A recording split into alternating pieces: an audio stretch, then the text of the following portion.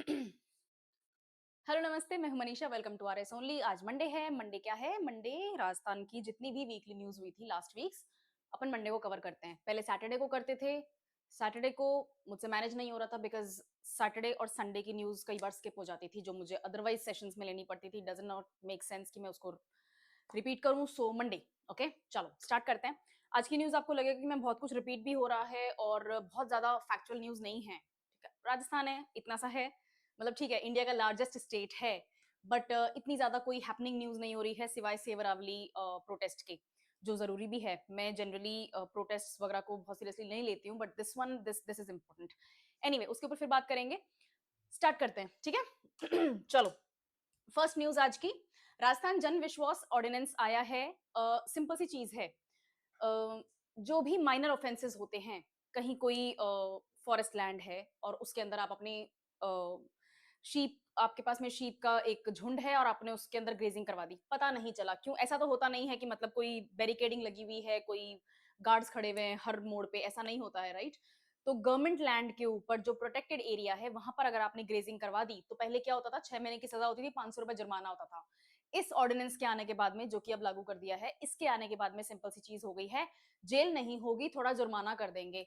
इससे दो चीजें होंगी। पहली चीज, आप फालतू के केसेस के अंदर अपनी जेल नहीं भरेंगे, ठीक है।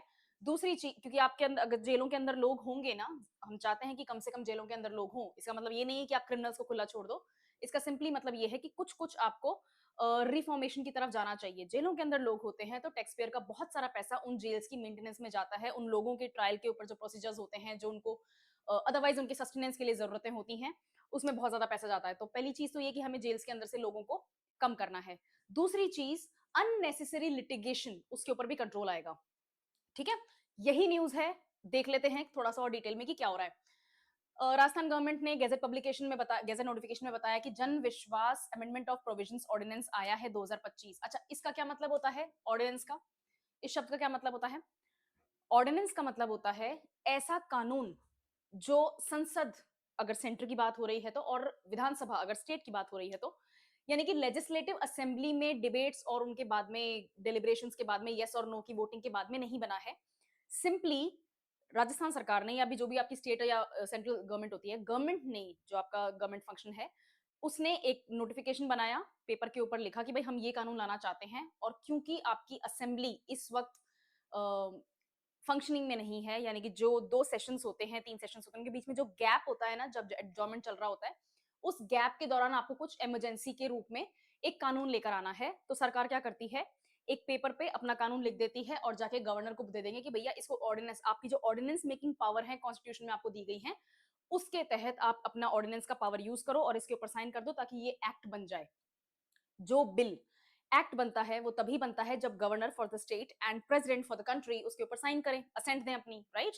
ऑर्डिनेंस का मतलब यही होता है। ऑर्डिनेंस एक पर्टिकुलर टाइम पीरियड के लिए ही होता है, 6 महीने के लिए ही होता है। उसको अब 6 महीने से ज्यादा आपको एक्सटेंड कराना है तो मॉरली करप्ट प्रैक्टिस है, लेकिन आप फिर वापस से ऑर्डिनेंस का रूट ही यूज कर सकते हैं। वरना आप असेंबली में, यानी कि अगर स्टेट गवर्नमेंट है तो विधानसभा और अगर सेंट्रल गवर्नमेंट है तो पार्लियामेंट, आप वहां पर अब इस ऑर्डिनेंस को बिल के फॉर्मेट में इंट्रोड्यूस करें, डेलिब्रेशंस करें, डिबेट करें और उसके बाद में वोटिंग करें यस और नो की, और बाद में वापस गवर्नर उसके ऊपर साइन कर दे, एसेंट दे दे। प्रॉपर प्रोसीजर तो यही है। ऑर्डिनेंस का मतलब समझ में आ गया, राइट? मैं आर्टिकल्स वगैरह नहीं बता रही हूँ क्योंकि आपके पॉलिटिकल पार्ट है, आप वैसे भी उसके अंदर वो चीज पढ़ेंगे, शॉर्ट में समझने के लिए इंपॉर्टेंट था, मैंने बता दिया, ठीक है। अब इसमें आपका इस जन विश्वास में क्या आया है, आप रिमूव कर रहे हैं इम्प्रिजनमेंट प्रोविजंस कुछ माइनर ऑफेंसेस या टेक्निकल प्रोसीजरल एरर्स के लिए 11 स्टेट लॉज में। और इन 11 स्टेट लॉज में ये जो इम्प्रिजनमेंट था, इसको हटा के आप सिर्फ और सिर्फ मॉनेटरी पेनल्टी ही यहां पर इंपोज करेंगे, ठीक है। मतलब गलती करिए तो सजा तो मिलेगी, लेकिन आपकी जेब को सजा मिलेगी, आपको जेल जाने की जरूरत नहीं है। तो सिंपल सी बात है, जो पुलिस का जो काम होता है कि भाई अरेस्ट करेंगे और उसके बाद में जेल में रखने का प्रोसीजर अपना होता है, फिर चार्जशीट फाइल करेंगे, वकील देना पड़ेगा, बहुत सारी चीजें होती हैं, उसका फिर तारीख लगेगी, फिर वो कोर्ट जाएंगे, हो सकता है जो सबऑर्डिनेट कोर्ट है उससे रिलीफ ना मिले, या फिर लंबा घसीटा हुआ जा रहा है, उससे रिलीफ मिल भी गया तो हो सकता है किसी को फैसला नहीं पसंद आया तो वो हाई कोर्ट जा रहे हैं। तो ये जो अननेसेसरी लेंथ होती है प्रोसीजर की, ट्रायल प्रोसीजर की, उसको हटाने की कोशिश की गई है, ठीक है। ये जो ऑफेंसेस होते हैं ये अगेंस्ट स्टेट केस होता है, तो अगर अगेंस्ट स्टेट होगा तो स्टेट को भी एक वकील मेंटेन करना पड़ेगा, फीस लगेगी, पैसे लगेंगे, स्टेट का टाइम खराब होएगा। कोई एक रिप्रेजेंटेटिव हमेशा इन्हीं चीजों के ऊपर लगा हुआ रहेगा, तो एक तरह से आपने लिटिगेशन का और जो आपका इकोनॉमिक स्पेंडिंग है उसको आपने कम करने की कोशिश की है, ठीक है। ड्राफ्ट कब आया था, ठीक है। और हाँ, इससे क्या फायदा है, हम चाहते हैं कि इससे ease of living, ease of doing business और लिटिगेशन में टाइम पैसा ना कम खराब हो, ठीक है। इंटेंडेड आउटकम यही है कि कंप्लायंस एनवायरनमेंट बनाएंगे, रिड्यूस लिटिगेशन होगा इन लोगों के ऊपर, बिजनेसेस के ऊपर और कोर्ट्स के ऊपर अननेसेसरी बर्डन कम हो जाएगा, फैसिलिटेटिव गवर्नमेंट अप्रोच मानी जाती है, ठीक है। ये 11 एक्ट हैं जिनके ऊपर ये नया ऑर्डिनेंस लागू हो रहा है। फॉरेस्ट एक्ट अभिश्रुति है वो, I am sorry, this is Abhishruti, SHRUTI, Abhishruti act हो गया, नेविगेशन रेगुलेशन एक्ट हो गया, वेयर हाउसिंग एक्ट हो गया, स्टेट एड इंडस्ट्रीज एक्ट हो गया, इलेक्ट्रिसिटी ड्यूटी एक्ट हो गया, money lenders act, non government education institution act, stamp act, municipality act और Jaipur water supply and sewage board act. मैंने 3 एग्जांपल्स मेंशन किए हैं, 3 एग्जांपल्स देख लेते हैं कि क्या ऑफेंस आपने कर दिया इन 11 एक्ट्स में, कि पहले उसकी सजा होती थी, आपको जेल जाना पड़ता था, इंप्रिजनमेंट होता था, अब ऐसा नहीं होगा, सिर्फ फाइन लगेगा। सिंपल सा है, मैंने आपको कैटल ग्रेजिंग वाला ऑलरेडी बता दिया।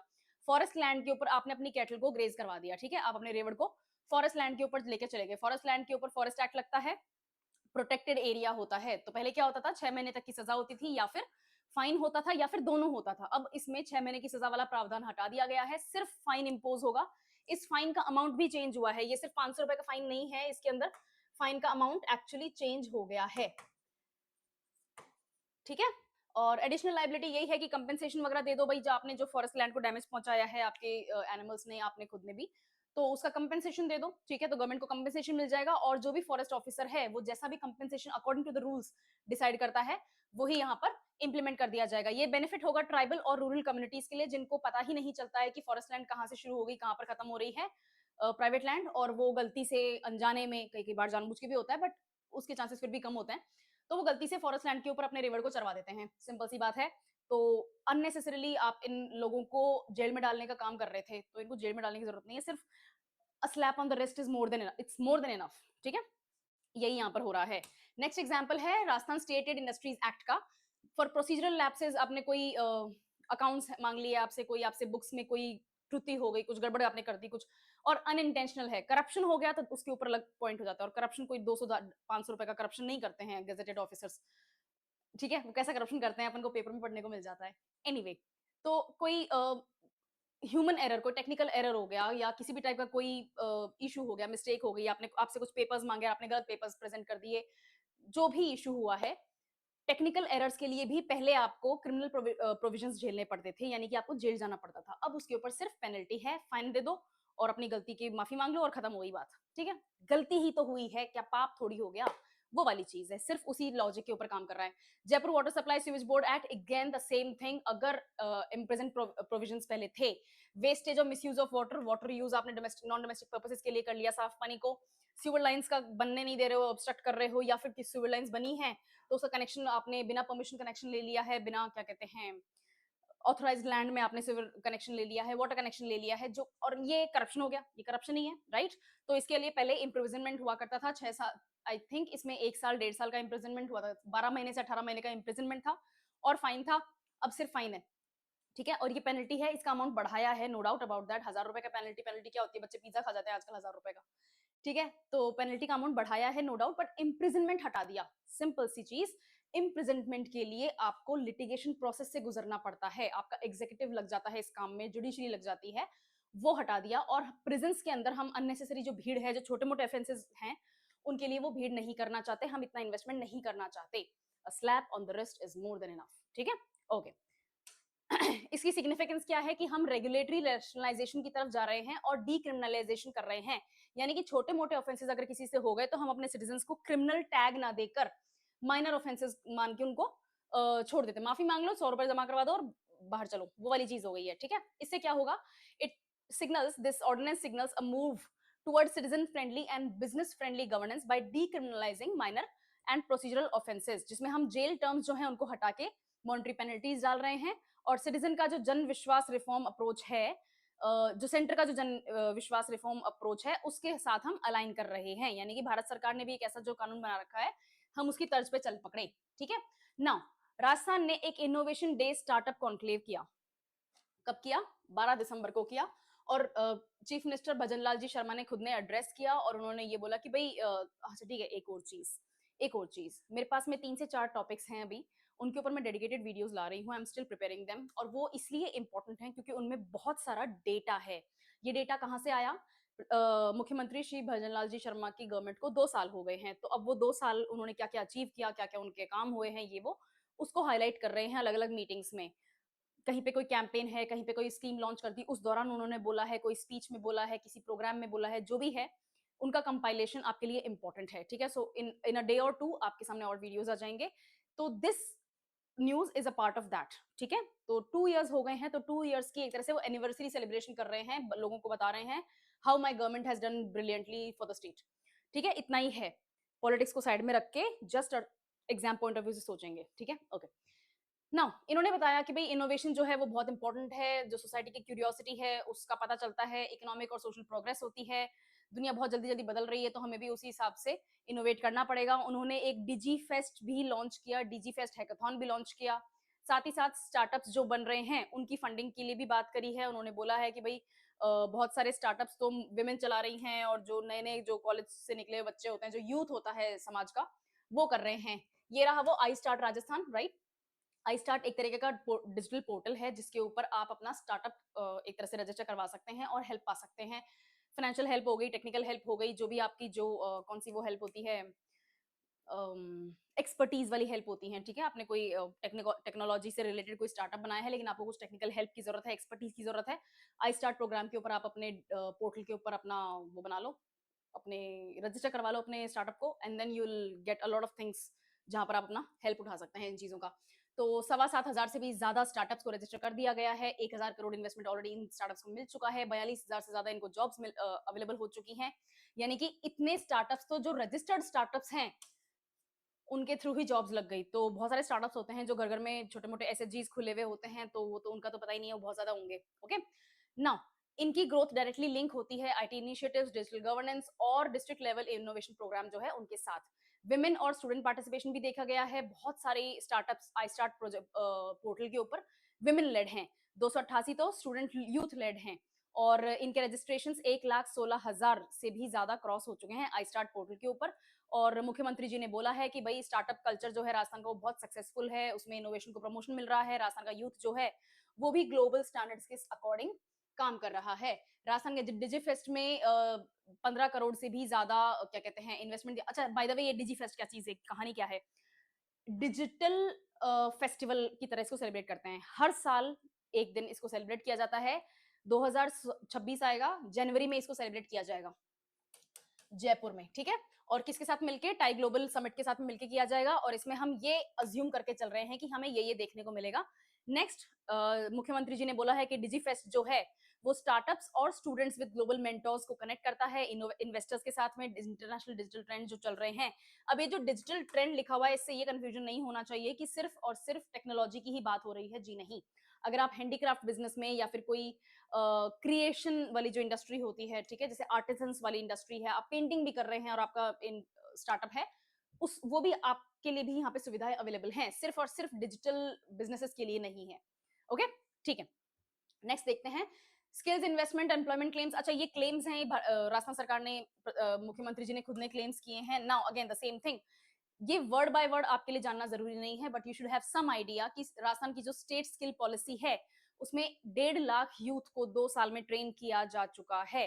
Apart from that, rising Rajasthan global summit जो अभी हुई थी, और ये लास्ट ईयर का डेटा है, लास्ट ईयर मतलब 2000 दिसंबर 2024 का डेटा है। ठीक है, तो 2025 का अभी राइजिंग राजस्थान कब हुआ था? 9 और 10 दिसंबर को हुआ था। 10 दिसंबर को राइजिंग राजस्थान की समिट के दौरान ही प्रवासी राजस्थान दिवस को भी सेलिब्रेट किया गया था, और बहुत सारी नई पॉलिसीज आई थी। टूरिज्म पॉलिसी अपन ने ऑलरेडी देख ही ली है, राइट। तो पिछले साल का डेटा है, यानी कि पिछले साल की जो राइजिंग राजस्थान समिट हुई थी उसका डेटा है, लगभग ऐसा ही इस साल का भी है। 35 लाख करोड़ के एमओयू साइन हो गए, 8 लाख करोड़ के प्रोजेक्ट्स यहाँ पर ऑलरेडी ग्राउंड लेवल पे स्टार्ट हो चुके हैं। कितने लाख लोगों को एम्प्लॉयमेंट मिला है? 4 लाख गवर्नमेंट जॉब्स 5 साल में बनी है, और 92,000 को अपॉइंटमेंट दिया भी जा चुका है। 20,000 अपॉइंटमेंट जो हैं अभी उनको और देना बाकी है इसी महीने। कितने दिन बचे हैं? 8-7 दिन बचे हैं दिसंबर के, तो पता नहीं मुख्यमंत्री जी कब देंगे। एनीवे, प्राइवेट सेक्टर में इतने एम्प्लॉयमेंट क्रिएट हो चुके हैं। और न्यू यूथ पॉलिसी, अभी जो यूथ पॉलिसी है ये अभी तक सिर्फ और सिर्फ डिक्लेयर हुई है, इसका कोई पेपर मेरे पास में नहीं आया है, कोई यूथ पॉलिसी अभी तक ऑन पेपर या फिर ऑन अनाउंसमेंट में डिक्लेयर वो नहीं हुआ है, डिटेल नहीं बताई है। इसको मैं होल्ड पे रखती हूँ, जैसे ही ये होगी will talk about this again, ठीक है। तो कोई नई यूथ पॉलिसी आने वाली है उसके लिए है। हाई पोटेंशियल सेक्टर्स यानी कि ओके, राजस्थान के नाम पे हाई पोटेंशियल सेक्टर क्या है, मैंने आपको कई बार क्लास में बोला है, 3 जगहों पे राजस्थान एब्सोल्युटली ब्रिलियंट करता है, and that is first energy. Energy में भी अपने पास में सोलर और विंड की बात हो रही है, यानी कि रिन्यूएबल एनर्जी की बात हो रही है, क्लीन एनर्जी की बात हो रही है, right. Apart from that we have tourism, चाहे वो हेरिटेज टूरिज्म हो, चाहे वो क्या कहते हैं पॉलिटिकल टूरिज्म हो, चाहे वो बायोडाइवर्सिटी टूरिज्म हो, चाहे वो सीजनल टूरिज्म हो, every kind of tourism, handicraft tourism मान लो, कुछ भी टूरिज्म है, हिस्ट्री का टूरिज्म हो गया, जैसे महाराणा प्रताप सर्किट बन रहा है अभी मेवाड़ डिस्ट्रिक्ट में, राइट, मेवाड़ रीजन में।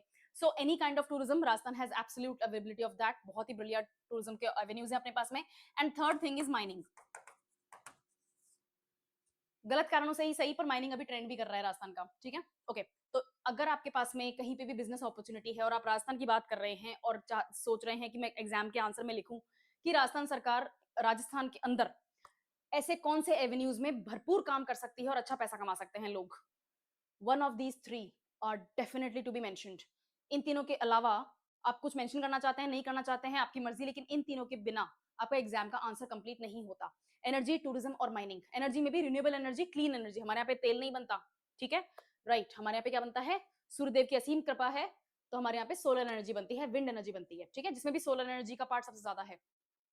2 डजन से भी ज्यादा नई पॉलिसीज जो है इंट्रोड्यूस करी जा चुकी हैं ताकि इन सेक्टर्स में इन्वेस्टमेंट को आसान किया जा सके। Renewable energy, energy storage, BESS, battery, ठीक है। Next, waste to energy, tourism, mining, automobile and textiles, okay. चलो नेक्स्ट न्यूज देखते हैं।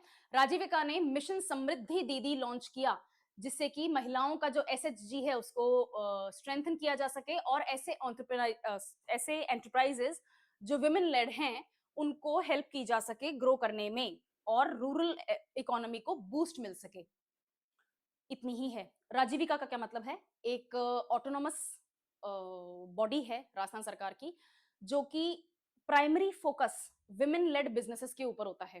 पहली चीज तो ये, राजीविका एक संस्कृत नाम है माता सरस्वती का। सरस्वती को किस चीज के लिए जाना जाता है, goddess of wisdom, goddess of knowledge, right, goddess of curiosity. अब समझ में आ गया लिंक, बढ़िया, ठीक है, ओके। यहां देखते हैं 12 दिसंबर को राजीविका ने एक महीने का state level special campaign launch किया है जिसका नाम है मिशन समृद्धि दीदी।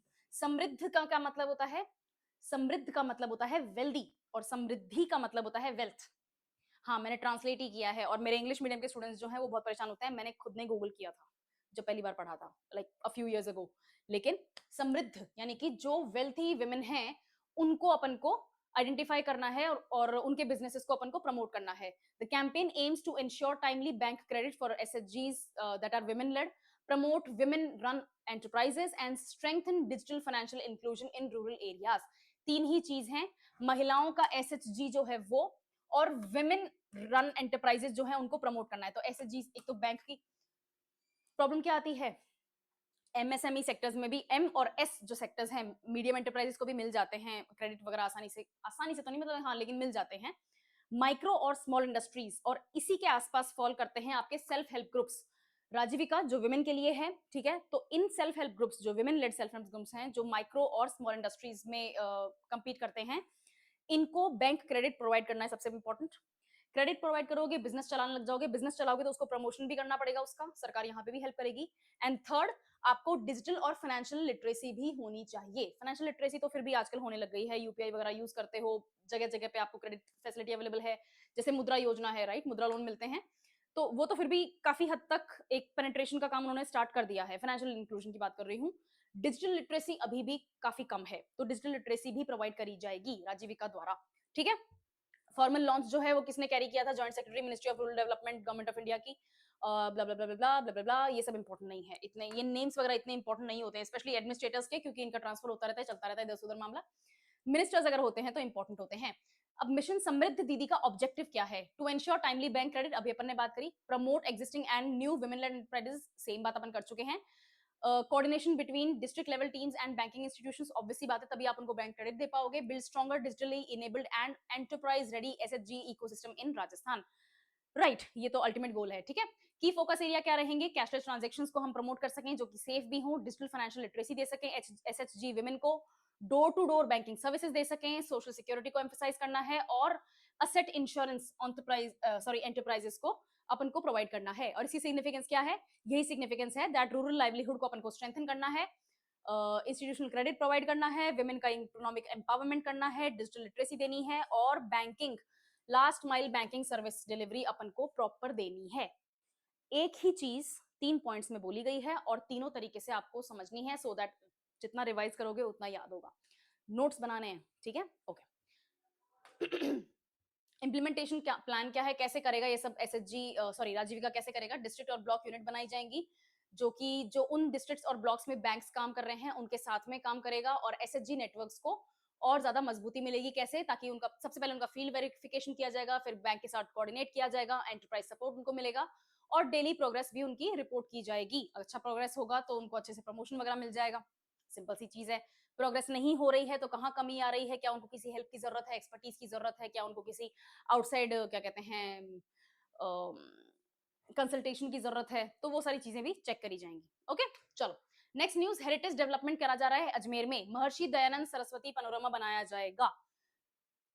अभी अपन ने बात करी थी मेवाड़ रीजन में महाराणा प्रताप सर्किट बनाया जा रहा है, वो भी टूरिज्म के पर्सपेक्टिव से बनाया जा रहा है, ये भी टूरिज्म के पर्सपेक्टिव से ही बनाया जा रहा है। वो हेरिटेज टूरिज्म है और ये क्या है? टेक्निकली ये भी हेरिटेज टूरिज्म ही है लेकिन ये सोशल टूरिज्म भी है, ठीक है। महर्षि दयानंद सरस्वती के बारे में दो चीजें जानना जरूरी है।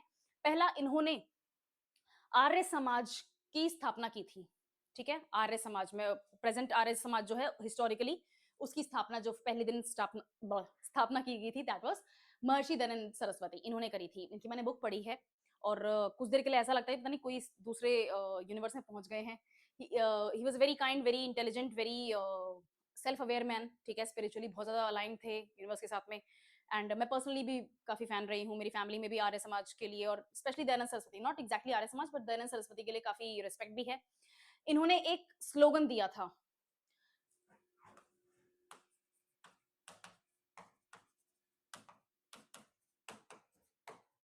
हिंदू सोसाइटी कंसोलिडेशन के लिए इन्होंने आर्य समाज का गठन किया और उसके बाद में एक स्लोगन दिया, go back to the Vedas.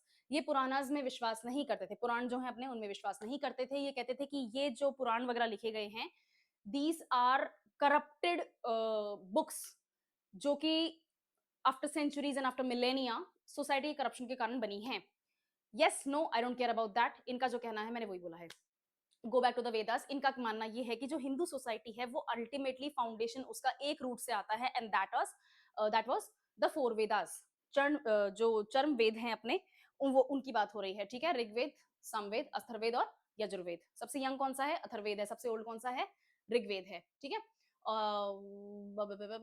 Dayanand Saraswati के बारे में ये चीजें आपके एग्जाम पॉइंट ऑफ व्यू से जरूरी हैं। जब आप मिडिवल हिस्ट्री पढ़ेंगे, इंडिया की जो मिडिवल हिस्ट्री आपके कोर्स में है उसमें पढ़ेंगे तो आपको सोशल रिफॉर्म मूवमेंट्स में सबसे बड़े मूवमेंट्स में से एक यही मिलेंगे, ठीक है। तो सोशल रिफॉर्मर्स, अगर आप राजा राम मोहन रॉय पढ़ते हैं, ईश्वर चंद्र विद्यासागर पढ़ते हैं तो ये महर्षि दयानंद सरस्वती साथ में ही पढ़ते हैं। परमहंस वगैरह हैं, ये सारे साथ में ही पढ़े जाते हैं। आप अगर सोसाइटीज पढ़ते हैं जैसे थियोसॉफिकल सोसाइटी हो गई एनी बीसेंट की, तो उसके साथ साथ आपको go back to the Vedas, आपको आर्य समाज भी पढ़ाया जाएगा। तो कोर्स का पार्ट है तो मैं सिर्फ इतना ही टच कर रही हूँ, राइट? ओके। अजमेर को बताया जाता है कि महर्षि दयानंद सरस्वती ने यहाँ पर निर्वाण एक तरह से गेन किया था और अजमेर को निर्वाण स्थली बोली जाती है महर्षि दयानंद सरस्वती की। तो यहीं पर दयानंद पैनोरमा बनाया जाएगा ताकि लोगों को उनके जीवन, उनके कर्म और जो भी उनकी रिफॉर्मिस्ट लेगेसी रही है उसके बारे में उनको जानकारी दी जा सके। राजस्थान विधानसभा स्पीकर वासुदेव देवनानी जी ने ये अनाउंसमेंट किया था और इसके लिए बजट वगैरह के भी उन्होंने बोला है कि भैया अगला बजट सेशन आएगा उसमें अपन बात करेंगे इस बारे में।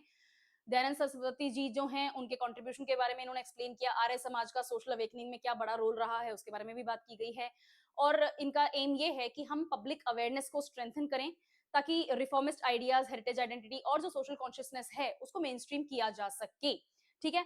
महर्षि दयानंद सरस्वती के लिए ये भी है कि भाई वो नेशनलिज्म को प्रमोट करते थे और जो पेट्रियोटिक भावना रखते थे। तो आजकल इन दो वर्ड्स को कुछ लोग नेगेटिवली लेते हैं। नेशनलिज्म, पेट्रियोटिज्म ये नेगेटिव वर्ड्स नहीं हैं। पॉलिटिक्स में मत फंसो। If you don't love your country you will not feel anything for it. तो अगर कोई आके उठा फटूक करके इधर उधर गड़बड़ कर देगा ना, you will still be in the troll mode. मातृभूमि से प्रेम प्राइमरी इंस्टिंक्ट होना चाहिए आपका।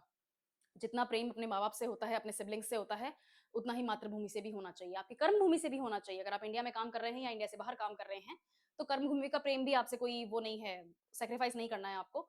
These are basic human emotions in the modern society. क्योंकि आपके पड़ोसी कौन है? पाकिस्तान है, बांग्लादेश, आजकल तो बांग्लादेश और है। खैर इधर आते हैं। केईएम को महर्षि दयानंद विश्रांति गृह बोला गया है, नाम चेंज किया है, सॉरी। और खादिम का नाम रख के अजय मेरू चेंज कर दिया गया है। ठीक है, पहले अजमेर का नाम अजय मेरू ही हुआ करता था, बाद में अजमेर हो गया। इसकी रेलेवेंस क्या है? हेरिटेज प्रोजेक्ट्स जो हैं वो अच्छा खासा बजटरी सैंक्शन तो डिमांड करते ही हैं, कोऑर्डिनेटेड इम्प्लीमेंटेशन भी डिमांड करते हैं, लेकिन इसका बेस्ट पार्ट होता है टूरिज्म, राइट? आपके पास में जितने टूरिस्ट एवेन्यूज हैं आप उनको डेवलप कर लो, राजस्थान वैसे ही ठीक रहेगा। लेकिन ठीक है, we you need options, every kind of tourism is good for the economy. तो फिर एक तरह से टूरिज्म के लिए भी डेवलप किया जा रहा है, लोग कोई तो वहां आएगा, कोई तो कुछ फील करेगा, उनके लिए भी है। ठीक है, नेक्स्ट, सोशल रिफॉर्म लेगेसी रही हुई है। मॉडर्न जो इंडियन हिस्ट्री है, प्री इंडिपेंडेंस, पोस्ट इंडिपेंडेंस, हर तरीके से आर्य समाज का जो रोल रहा है सोशल रिफॉर्म्स में, उसके लिए भी अपन को उनकी लेगेसी को ऑनर करने का मौका मिल रहा है, तो वो भी होना चाहिए। नेक्स्ट न्यूज, बाल विवाह मुक्त ग्राम पंचायत बिठाई गई, और ये प्रोग्राम चलाया जा रहा है 12 के लिए। यहाँ लिखा है मैंने, ओके, 12 डिस्ट्रिक्ट के लिए। 12 डिस्ट्रिक्ट पड़ता है हाड़ौती रीजन में, और इसके 12 डिस्ट्रिक्ट के क्या कहते हैं, बॉर्डर डिस्ट्रिक्ट लगते हैं कोटा एंड झालावाड़। ऐसा है ना, Hadoti region is like something like this. ठीक है, और दिस इज मध्य प्रदेश, मध्य प्रदेश, मध्य प्रदेश। ठीक है, और ये यहाँ से वापस राजस्थान की उदयपुर वगैरह वाला पोर्शन आ जाता है आपका। This is 12, this is Jhalawar, and this portion is Kota. ठीक है, कोटा, 12 एंड झालावाड़, इस डिस्ट्रिक्ट की बात हो रही है। ठीक है, तो ओके 12 के लिए 2 पॉइंट आपके लिए जरूरी हैं। National family health survey number 5 के अनुसार 12 सबसे ज्यादा वल्नरेबल है चाइल्ड मैरिज के फिगर्स को लेके।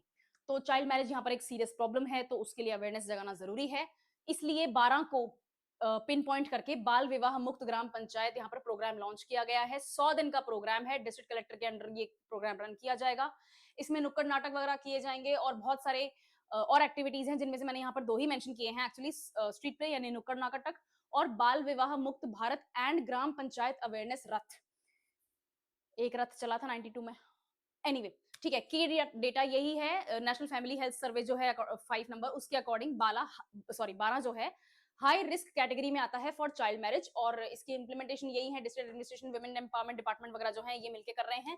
बाल विवाह मुक्त होना बहुत ज्यादा जरूरी है। Rajasthan is one of the worst performing states when it comes to child marriage. हम बहुत अच्छा कर रहे हैं, मेल फीमेल जेंडर रेशियो जो है उसमें हमने अच्छे नंबर शो किए हैं, विमेन एजुकेशन में अच्छे नंबर शो कर रहे हैं, अदरवाइज डेवलपमेंटल फ्रंट पे भी Rajasthan is doing pretty well, decently in fact. But child marriage के नाम पे हम टॉप 5 वर्स्ट स्टेट्स में से एक हैं, तो उस चीज को चेंज करना है, जिसमें भी 12 is doing the horrible thing, तो ये करना है। ठीक है, सोशल रिफॉर्म गवर्नेंस का पता चलता है कि भाई सरकार जो है वो सोशल रिफॉर्मेशन के उसमें इशू में भी जंप कर रही है, डेटा बेस्ड पॉलिसी एक्शन हो रही है, यानी कि हमारे पास में डेटा है जो बताता है कि बहुत ज्यादा रिस्क है, और इस तरह के इंटरवेंशन को जस्टिफाई भी किया जा रहा है, जरूरी भी है। और चाइल्ड राइट्स को फोकस करते हुए किया गया है, चाइल्ड प्रोटेक्शन होता है, जेंडर जस्टिस मिलता है, और कम्युनिटी मोबिलाइजेशन यानी कि कम्युनिटी पार्टिसिपेशन। मैंने आपको कई बार क्लास में बोला है, पब्लिक पार्टिसिपेशन के बिना कुछ काम आपका नहीं होगा। तो आप 12 में कितना ही ज्यादा आप रथ चला लो, कितने ही ज्यादा वहां पर नुक्कड़ नाटक कर लो, अगर लोग सपोर्ट नहीं करेंगे, लोकल लोगों में वो फर्क नहीं आएगा, उनको समझ ही नहीं आएगा कि क्या हो रहा है, then your programme fails, right? तो community participation is very very important. Next news, migratory birds और वेटलैंड इकोलॉजी।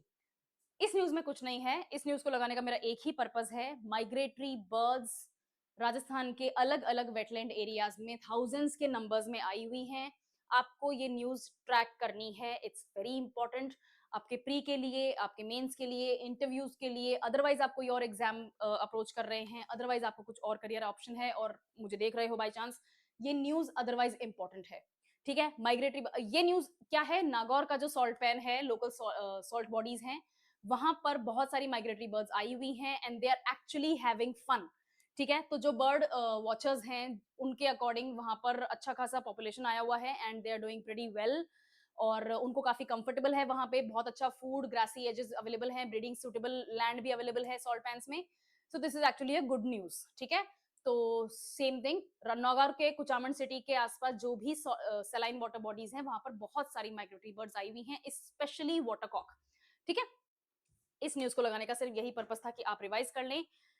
माइग्रेटरी बर्ड्स इस साल रिकॉर्ड नंबर में राजस्थान में आई हैं। This news is important for you. Next, Jaipur की मीनाकारी आर्टिस्ट हैं गायत्री रानी जी, उनको क्या कहते हैं, नेशनल हैंडीक्राफ्ट अवार्ड मिला है। महारानी गायत्री देवी की बात नहीं हो रही है, मे हर सोल रेस्ट इन पीस। ठीक है, गायत्री देवी एक क्या कहते हैं मीनाकारी आर्टिस्ट हैं, उनको ये अवार्ड मिला है। यहाँ देखते हैं, Gayatri Rani is a meenakari artist from Jaipur. India में मीनाकारी के लिए सबसे ज्यादा फेमस राजस्थान ही है। मीनाकारी इज अ मिनिएचर आर्ट, और आपने ज्वेलरी देखी है तो जैसे कुंदन की ज्वेलरी होती है, उसके जस्ट पीछे जो ग्रीन लाइनिंग के साथ में कुंदन को बांधा जाता है वो मीनाकारी आर्ट होता है। वो बहुत छोटा और कॉमन एग्जांपल मैंने दिया है, but you will get to know कि मैं किसकी बात कर रही हूँ। मीनाकारी की ज्वेलरी एब्सोल्युटली ब्रिलियंट, बहुत ही अच्छे उसमें डिजाइन अवेलेबल हैं, मीनाकारी पेंटिंग्स आती हैं। इनफैक्ट ऐसे डेकोरेटिव क्लॉथ पीसेस भी होते हैं, you can not wear them exactly, commonly तो नहीं पहन सकते हो, बट आजकल मीनाकारी जैसे दुल्हन के जो कपड़े होते हैं उनमें भी होने लग गया है। तो ट्रेंड के साथ साथ ठीक है, ट्रेडिशनल को एक तरह से बूस्ट मिल रहा है। मीनाकारी आर्ट की बात हो रही है, राजस्थान इंडिया के लिए नंबर 1 पे है when it comes to meenakari art. और मीनाकारी ट्रेडिशनली आया कहां से है, पर्शियन कल्चर से। ठीक है, ओके। इनको नेशनल हैंडीक्राफ्ट अवार्ड, ये नाम आपके लिए इंपॉर्टेंट है by the way, this news is not just a gossip, ये नाम आपके लिए बहुत ज्यादा इंपॉर्टेंट है कि इनको नेशनल हैंडीक्राफ्ट अवार्ड मिला है जयपुर की गायत्री रानी जी फॉर मीनाकारी आर्ट। ठीक है, इनका स्पेशल कंट्रीब्यूशन रिकॉग्नाइज किया गया है बेस्ट क्रिएटिविटी के लिए और कॉन्टिन्यूअस डेडिकेशन के लिए इनको ये अवार्ड दिया गया है। अवार्ड दिया है राष्ट्रपति द्रौपदी मुर्मू जी ने। और कहाँ दिया था, कहाँ हुआ था ये फंक्शन, ये हुआ था विज्ञान भवन न्यू दिल्ली में, और आर्टिस्ट और हैंडीक्राफ्ट रिलेटेड स्टेक होल्डर्स यहाँ पर प्रेजेंट थे। तो it's this is actually a national news.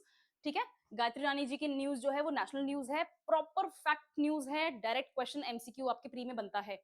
अच्छा क्वेश्चन है, बनना भी चाहिए। आप लोकल आर्टिस्ट को अगर रिकॉग्नाइज नहीं करेंगे, उनके बारे में अगर मेन स्ट्रीम क्वेश्चंस नहीं पूछेंगे तो क्या ही फायदा। ठीक है, तो ये this was an important news. Last news आज की, राजस्थान ने गोल्ड जीता है सीनियर जूनियर कैटेगरीज में। अब मेरे को यही शिकायत है, मैंने दो ही जगह चेक किया, because I have to compile a lot of things together. अगर सूजस में नाम आता है तो नेक्स्ट वीडियो में मैं इनका नाम कंसिडर कर लूंगी, मैं आपका नाम इनके शेयर कर लूंगी। ये इन्फॉर्मेशन है मेरे पास में, डिस्ट्रिक्ट्स की इन्फॉर्मेशन आई है, और डिस्ट्रिक्ट की ही इन्फॉर्मेशन इस वक्त मेजर न्यूज़पेपर शेयर कर रहे हैं। एक दो नाम आ रहे हैं, तो मैंने भेदभाव ना हो इसके लिए वो नाम यहाँ नहीं लिखे हैं, बट जैसे ही मेरे पास में प्रॉपर नेम्स आते हैं एथलीट्स के, कौन से एथलीट ने किस स्पोर्ट में क्या मेडल जीता है, मैं ये न्यूज फिर से कंसिडर कर लूंगी। ठीक है, so the only purpose for me to actually bring this news for you is कि ये न्यूज है, इसका ध्यान रखना है। स्पोर्ट्स का कंपाइलेशन में एक अलग वीडियो लेकर आऊंगी, may be around new years, तो आपको मिल जाएगा। पिछले 4 से 6 महीने में जितने भी स्पोर्ट्स की बात हुई है, राजस्थान के जो भी मेडल्स आए हैं, जो भी स्पोर्ट आया है, जो भी पोजीशन रही है, उसको अपन एक बार रिवाइज कर लेंगे। 5th Rajasthan soft hockey state championship हुई थी डीडवाना कुचामन जिले में, और मकराना भी इसमें दूसरी जगह थी। चैंपियनशिप ने बहुत अच्छा पार्टिसिपेशन देखा है जूनियर, सीनियर और सब जूनियर कैटेगरीज में। जयपुर के लीडिंग परफॉर्मर्स हैं जिन्होंने गोल्ड जीता है। ये आपके सामने रिजल्ट है, मेडल विनर्स। अब वही बात है, मेडल विनर्स मेरे पास नहीं है अभी नाम। ठीक है, may be in a few days I will have the names and I will talk about this news again. Now, closing ceremony में कौन कौन प्रेजेंट था, इनका नाम जरूर होता है, एथलीट्स का नाम नहीं है, इनका नाम जरूर है एनीवे। और ये क्यों इंपॉर्टेंट है, okay, sports, why is sports so important. Sports इसलिए इंपॉर्टेंट है because of 3 reason, 3 major reason. पहली चीज, आपका यूथ बिजी हो जाता है। ठीक है, तो सड़कों पे उतर के आगजनी करना, बदतमीजियां करना, किसी भी तरीके का अराजकता फैलाना, ये सब काम में नहीं होगा। They are involved in something, they are busy doing something, और उनको अगर रिकॉग्निशन मिलता है तो they are motivated to stay there. पहली चीज। दूसरी चीज, स्पोर्ट्स आपके अंदर एक दोस्ती की भावना जगाता है। ठीक है, जो समाज में डिफरेंसेस हैं, चाहे रिलीजियस हो, चाहे caste difference, specially caste differences जो होते हैं, और रीजनल डिफरेंसेस होते हैं, राइट, आपके इकोनॉमिक डिफरेंसेस होते हैं, उनको मिनिमाइज करने का काम करता है sports. Second thing. Third thing, sports एक अच्छा मोटिवेशन होता है लाइफ में कुछ अचीव करने के लिए। ये सारी चीजें तभी पॉसिबल है जब उन स्पोर्ट्स पर्सन को हम मेन स्ट्रीम रिकॉग्निशन दें। Cricket is the only thing जी नहीं, there are so many things जहां पर बहुत से बच्चे बहुत कुछ अच्छा कर रहे हैं। I was personally very happy to hear कि जब मेसी इंडिया आए थे और मुंबई में उनका जो स्टेडियम में प्रोग्राम हुआ था एंड एवरीथिंग ऑसम। ठीक है, सचिन से भी मिले and brilliant. I am not personally a fan of cricket, I do not dis the sport, I just don't care about it. लेकिन जब सुनील चेत्री स्टेडियम में एंटर कर रहे थे, the whole stadium was shouting his name, they were cheering him on. Brilliant that moment. You need to give that moment to all your sports achievers. और ये चीज जब तक नहीं होगी, फिर स्पोर्ट्स में कोई है कोई ना है उससे फर्क नहीं पड़ता. तो you need to actually bring about these changes. जब कबड्डी लीग होती है तो राहुल चौधरी का जिस तरह से नाम चिल्लाते हैं, उस तरह से हमें इन स्पोर्ट्स पर्सन का भी नाम लेना चाहिए, इनको भी मेन स्ट्रीम करना चाहिए. ठीक है, the way Neeraj Chopra is international hero right now, उस तरह से होना चाहिए. I'm personally invested in other sports instead of cricket. This does not mean I hate cricket. It's a brilliant sport. पसंद होता है, अच्छा पैसा कमाते हैं, ब्रिलियंट. ठीक है, चलो. तो मैटर क्यों करता है? राजस्थान अच्छा परफॉर्मेंस देगा तो ऑब्वियस सी बात है कि राजस्थान के सभी एज ग्रुप के जो यूथ हैं वो इसमें डायरेक्टली इन्वॉल्व होंगे. The last news for today. मुख्यमंत्री भजनलाल जी शर्मा ने इनॉग्रेट किया है सरस राज सखी नेशनल फेयर एट जवाहर कला केंद्र. एसएचजी's इंटरेक्शन विद लखपति दीदीज, ये this is important for you.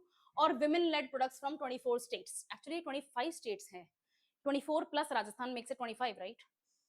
मैंने 24 लिख दिया, आगे भी 24 लिखा हुआ है क्या? 25 स्टेट्स. सी, क्योंकि मैंने इसको अटेंड किया था जवाहर कला केंद्र में, तो this was actually a fun event. Interesting था. चलो देखते हैं यहाँ पे. 18 दिसंबर को चीफ मिनिस्टर भजनलाल जी शर्मा ने इनॉग्रेट किया सरस राज सखी नेशनल फेयर जवाहर कला केंद्र में. यहाँ पर उन्होंने बहुत सारी स्टॉल्स जो कि विमेन लेड एसएचजीज के द्वारा बनाई गई थी, उनके प्रोडक्ट्स और उनके स्किल्स को अप्रिशिएट किया, उन स्टॉल्स को विजिट किया और उन्होंने इंटरेक्शन किया लखपति दीदीज के साथ में. और एसएचजीज में इन्होंने ये भी बोला था, ठीक है स्पीच में तो कम ही मेंशन था, अदरवाइज बातचीत करते टाइम इन्होंने एक चीज बोली थी कि महिलाएं पैसा कमाती हैं तो समाज पैसा कमाता है, महिलाएं पढ़ाई करती है तो समाज पढ़ाई करता है, महिलाएं अच्छा करती हैं तो देश अच्छा करता है. I kind of liked the way he said it, so I thought I'd share it with you guys. Anyway, he said the fair shows that when right policy, strong institutional framework, and effective implementation come together, sustained and inclusive change in the lives of rural women become possible. यानी कि आपकी policy भी अच्छी होनी चाहिए, policy का implementation भी अच्छा होना चाहिए और पॉलिसी फ्रेमवर्क भी अच्छा होना चाहिए. यानी कि जिन लोगों की जो जरूरतें हैं, पॉलिसी उस जरूरत को पूरा कर पाए. तो हमें देखने को मिलता है कि रूरल विमेन जो हैं वो अपनी लाइफ में टेंजिबल फिजिकल चेंजेस ला सकती हैं.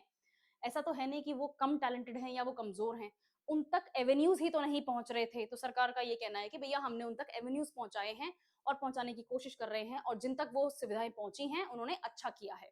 ठीक है, this is all news is about. Next देखते हैं. The fair also described as a symbol of Aatmanirbhar Rajasthan, आत्मनिर्भर भारत रिजॉल्व. तो आत्मनिर्भर भारत, अगर आप बिजनेस की बात करेंगे, इकोनॉमी की बात करेंगे, तो आत्मनिर्भर वाला जो टैगलाइन है वो आप यहाँ पर चिपका सकते हो.